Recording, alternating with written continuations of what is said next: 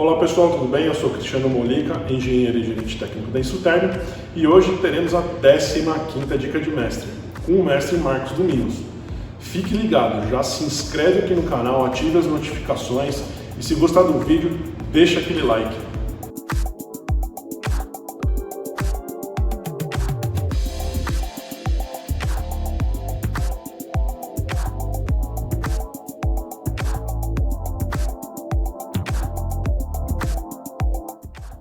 E hoje iremos falar sobre exposição ocupacional ao frio. É com você, mestre.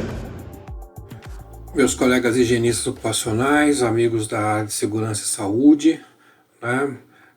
Pessoal de ergonomia, muito obrigado pela sua atenção nesse vídeo que nós estamos gravando aqui de exposição ocupacional ao frio. Esse é um tema que nós estamos desenvolvendo dentro da série promovida pela Insuterm, chamado Dica de Mestre. Essa é a parte número 1, nós vamos abordar aqui a questão mais do arcabouço jurídico no Brasil, e deixando uma parte técnica da CGH e da ISO para a parte 2 do nosso vídeo.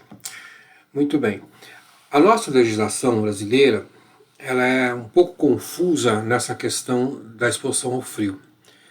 Começa pelo artigo 253 da CLT, ainda em 1943, e o texto foi preservado até hoje, isso já mais de 70 anos, e que, de uma maneira, diria assim, inusitada, coloca no trabalho com frigoríficos, em frigoríficos, uma recomendação para definir frio.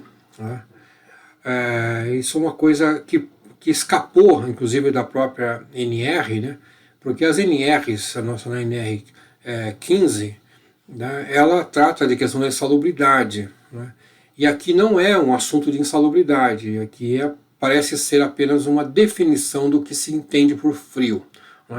E esse é um assunto polêmico, porque o artigo 253 chama para um tal de mapa climático do oficial do Ministério do Trabalho. E isso nós vamos enxergar dentro do serviço de frigoríficos, artigo 253. Na portaria depois 21 de 94, esse artigo foi de certa maneira regulamentado pela então Secretaria de Segurança e Saúde, dizendo que se tratava de um mapa do IBGE, porque, ao que nós sabemos, o Ministério do Trabalho não tem incumbência de gerar mapas climáticos, Então é uma expressão até esquisita dizer que é o mapa oficial no seu trabalho nisso. No meu entendimento, essa portaria 21 de 94, ela perdeu sua validade, com o advento da NR 36 e da NR 29, que vai se referir ao mapa climático já direto para o IBGE sem definir data do mapa em si. Na portaria antiga, de 94, falava que era o mapa de 78. Na portaria 36 e na portaria 29, na NR 36 e NR 29, fala que são as zonas climáticas do IBGE. Então não está amarrado a um mapa de uma certa data, de um certo ano. Isso aqui é uma coisa para pensar. Então, na minha visão, essa portaria 21 de 94, ela perdeu a sua utilidade. Uma outra questão para isso é que as portarias ou as NRs setoriais, elas prevalecem sobre as NRs gerais. Então aqui no caso, especificamente para trabalhos em frigorífico, é o que prevalece. Enquanto que essa portaria 21 ela tem um caráter genérico, e também na questão portuária. Vale lembrar que não há na nossa legislação previsão de exposição ao frio em outros lugares, em outras atividades que não sejam frigoríficos e nem zona portuária, ou porto, ou trabalho portuário. Então, se nós temos uma indústria farmacêutica, por exemplo, que precisa congelar remédios a temperaturas baixíssimas, ou na área hospitalar, muitas vezes que tem que ter preservação de órgãos a temperatura baixa, e se houver uma câmara frigorífica lá, ou uma câmara fria, não dá para falar em frigorífico, porque o termo frigorífico ele está relacionado à carne animal. Então não podemos pensar num hospital dessa natureza, teria mais uma câmara fria mesmo. Então não vejo como enquadrar outras atividades que não estejam dentro dos serviços de frigoríficos e portuários ainda nessa nossa legislação atual. Bom, temos aqui uma questão importante, que é a questão da prevenção versus a questão da insalubridade. Na questão da prevenção, eu entendo que o artigo 253 é válido, né, como uma referência do que se considera como frio, assim como a NR36, assim como a NR29. Na questão da insalubridade, o texto é qualitativo e exige que haja um laudo feito após uma inspeção local de trabalho. E que é que o profissional responsável pelo laudo tem que fazer, né? Aí pensando mais em perícia mesmo, né? Tem que observar se quem está exposto ao frio tem ou não uma proteção adequada. Então, necessariamente, o laudo desse profissional tem que abordar a questão da roupa, né? Tem que dizer alguma coisa que seja coerente. Mas, no meu entendimento, esse laudo não poderia se referir ao artigo 253, nem os critérios da NR36, porque ele está falando de insalubridade. Tá? E o único dispositivo legal que trata de insalubridade é a NR15, anexo 9, como já tem até um entendimento já bem consagrado no Tribunal Superior do Trabalho, de que não se concede insalubridade fora do âmbito da NR15. Ok, vamos pensar então sobre o mapa, né? Então, como eu disse, o Ministério do Trabalho não é a agência que deveria trabalhar com mapas climáticos. Aí se vai para o IBGE. No IBGE, tá, pensando agora já na NR36, na NR29, né? Então esses mapas eles mudam com o passar do tempo. Né? Um mapa de 78 não é o mesmo hoje válido para a nossa época hoje. Principalmente nessa mudança que nós estamos observando, drástica, né, de clima. Né? E quando você busca lá no IBGE, no site deles, vai encontrar vários mapas diferentes ali. Tá? Mas o que mais me chama a atenção aqui é a questão que precisava ter uma referência de temperatura para dizer o que é frio e o que não é frio. Tá? E alguém iluminado, naquela época, 1943, buscou no mapa climático uma referência, um ponto de vista, né, para comparar. Então disse assim, as câmaras frias, artificialmente frias, são equivalentes a estas zonas climáticas do mapa. Então fez um paralelo entre o mapa e a câmara fria. Né? Isso aqui é a mágica que alguém tentou fazer aqui, né, nisso. E que prevalece até hoje, mesmo que nós vamos considerar isso sem sentido, já superado tecnicamente, porque nós temos outros critérios mais importantes para observar, ou mais sérios nessa questão aqui. Tá?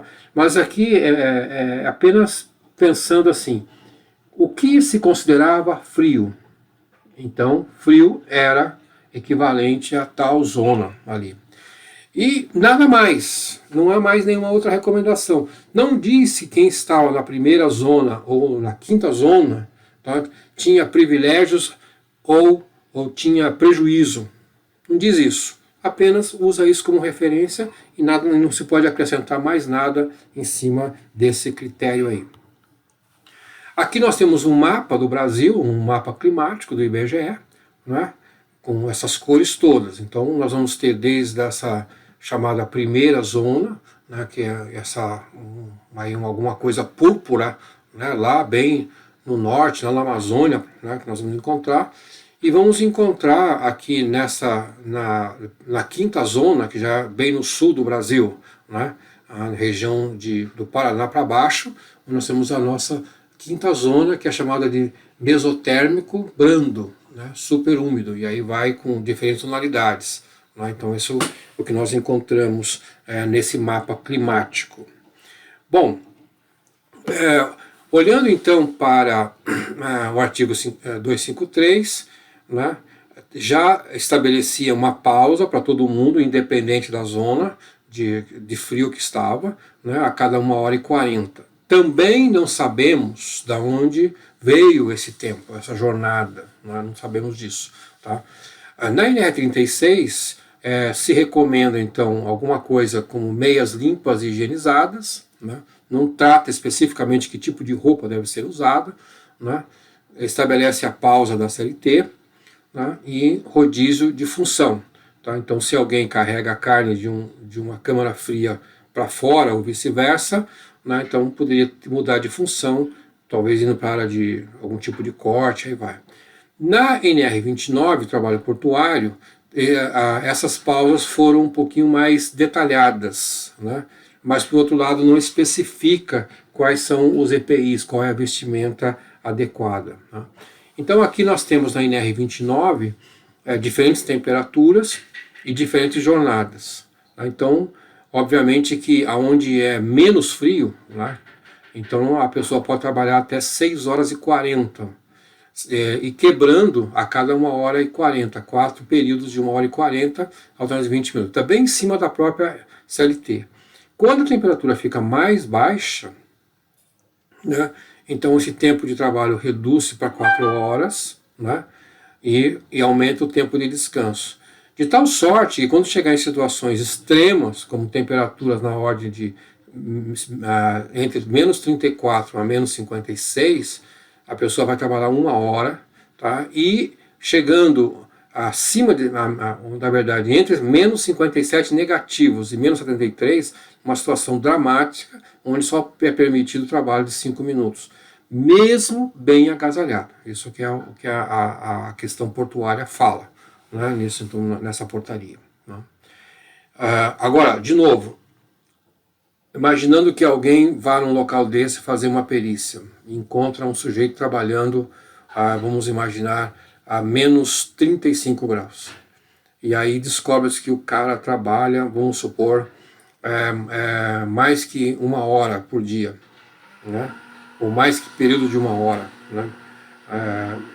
E aí ele pega e vai falar, não, ele não atende o tempo máximo de exposição, portanto é insalubre. Isso aí não é um julgamento pessoal, não tem embasamento, porque aqui não fala que é insalubre, não diz o que acontece com a pessoa quando ele esbarra, né, nesses tempos aqui. Né? É diferente lá da CGH, que ela diz que a pessoa pode entrar numa fase de congelamento conforme a temperatura, que não fala sobre isso, não estabelece o efeito à saúde nesses tempos aqui.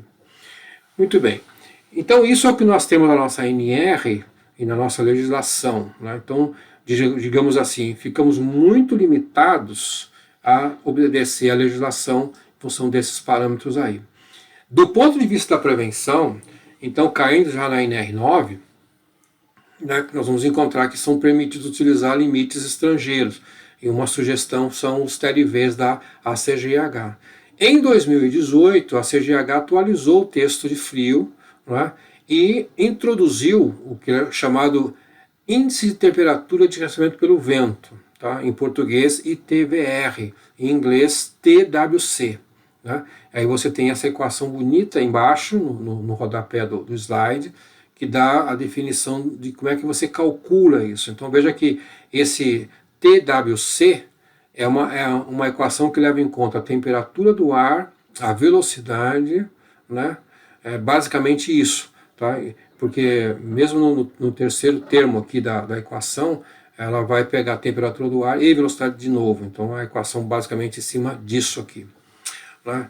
Só que é um índice da ACGH. Mas nós vamos falar um pouco mais de detalhe no próximo vídeo sobre isso, como é que nós entendemos essa questão. Eu só coloquei aqui algumas questões genéricas assim para a gente poder se situar. Né?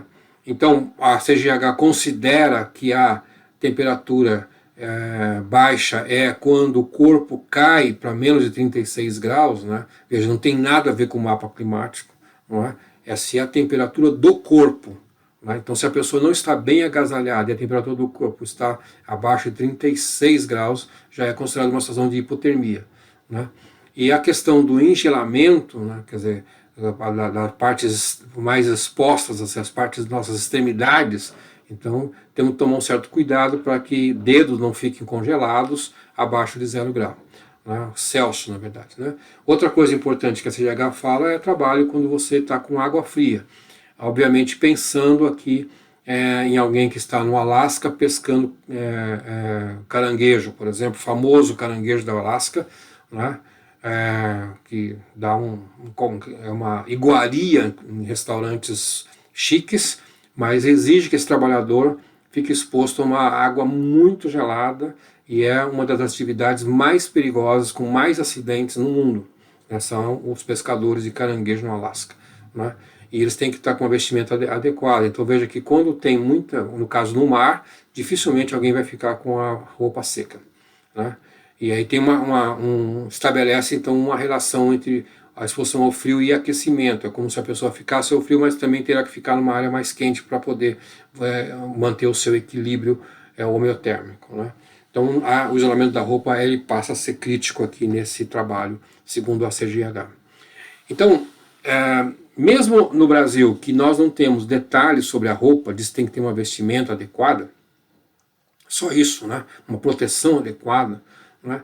Então a roupa passa a ser importante aqui, muito importante, né? É bom lembrar que muitas vezes o trabalhador usa às vezes uma roupa com um alto grau de isolamento, né? E quando ele faz movimentos, carrega uma peça de um boi nas costas, né? Então é uma atividade física pesada, ele na verdade dentro da roupa ele sua, né? A roupa fica úmida pelo suor. Então, aí ele pegando alguma temperatura baixa, esse suor congela. Então uma das coisas complicadas em roupa é quando o próprio suor se torna gelo. Então tem que ter uma certa higienização adequada aqui. Mas sem uma roupa adequada, a pessoa pode morrer, né? Como nós temos N casos, histórias de pessoas que morreram no frio, né? Por hipotermia. Porém, a CGH ela é um pouco democrática aqui, né? Ela não diz qual é a roupa adequada, específica, né? Não deixa isso muito amarrado. Ela diz que as pessoas devem ter oportunidade de ajustar as roupas. Então, obviamente, que dependendo do porte físico de cada um, se uma pessoa é magra, uma pessoa mais obesa, então ela vai ter exigências diferentes para o isolamento térmico, né? Geralmente as pessoas que têm mais gordura já têm uma camada natural isolante, e a pessoa magra depende de ter, às vezes, uma roupa mais grossa para sobreviver, né? Então isso é uma questão que deixa uma liberdade para o trabalhador, né? Então dizer que a mesma roupa responde para A e para B, isso é um exagero. Fora da CGH nós vamos encontrar as referências da ISO, aliás muito bem dimensionadas, praticamente nós temos aí 7 normas, né, da ISO que tratam do frio, tá? E no centro dessas normas está a 11.039, que fala do IRQ, que é um índice requerido, né, para isolamento térmico no frio, né? Aí temos outras normas que vão tratar de avaliação, de taxa metabólica, de instrumentos, medidas psicológicas, superfícies geladas e vestimento. Isso é um conjunto de normas da ISO para quem quer fazer um trabalho, diria, bem técnico, principalmente para as empresas que têm algum programa de qualidade, tem que ter uma certificação. Eu acho que as normas ISO elas são mais adequadas, né, porque podem justificar melhor o credenciamento de qualidade, e aí vai, né? Muito bem.